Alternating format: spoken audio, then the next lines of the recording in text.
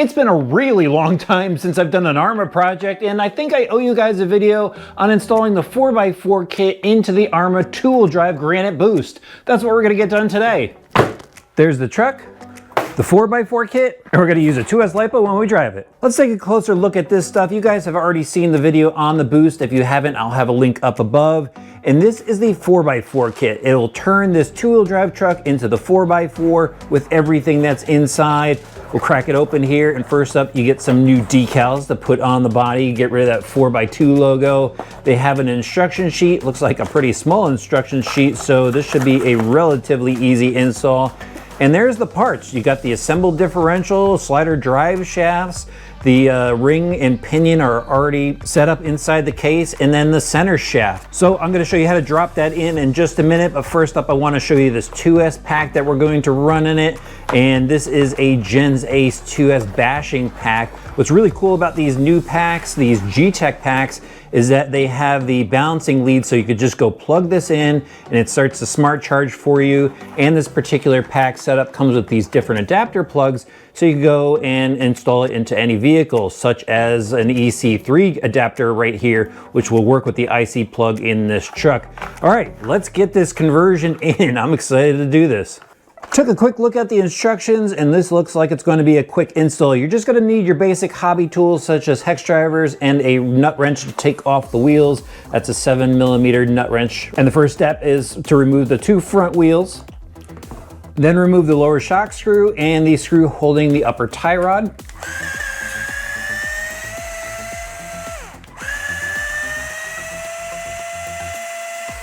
Pop off the wheel hexes. Slide out the pin, and then the axle stub shaft. Now we need to take the upper gear case off, and to do that, we have to remove the screws from the bottom. If you have any dirt packed in the screws, just use a hobby knife to get it out, and remove the 4 screws that hold the upper gear case.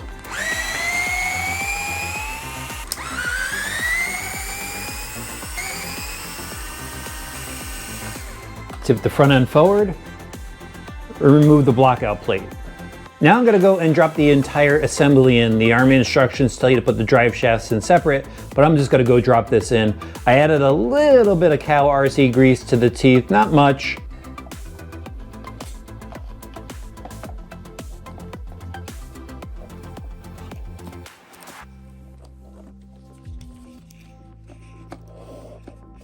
Drop the upper gear case back down and reinstall all the hardware you removed before.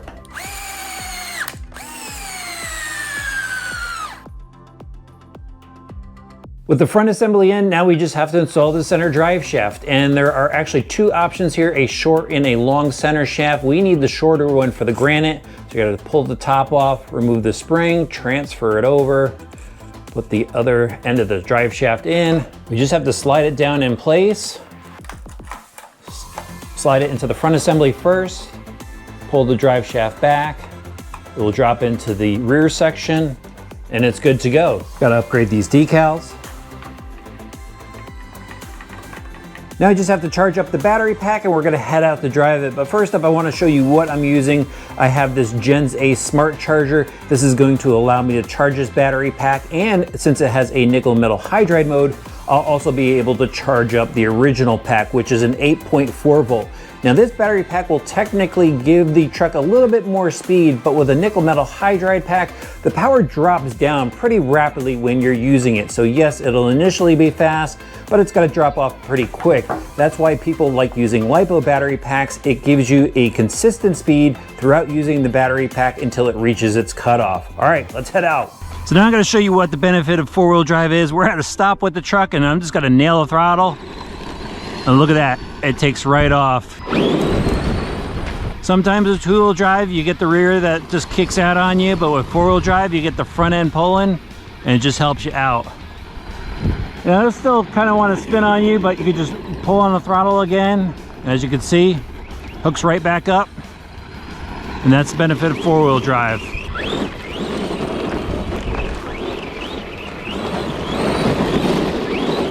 But like I said in the Boost review, get used to that 2-wheel drive. It'll make you a better driver, and then this will just take you to the next level.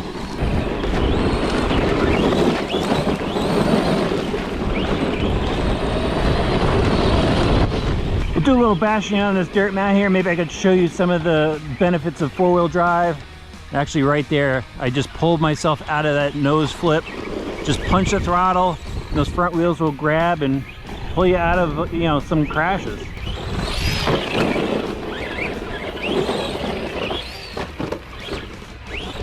If it goes nose down off a jump, just pull the throttle again, those front wheels will grab.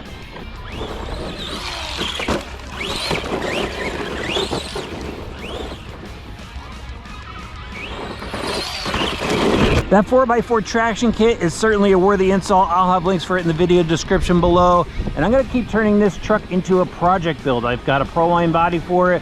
I've got a brushless system. If you have any ideas of what I should do to it, put it in the comment section below.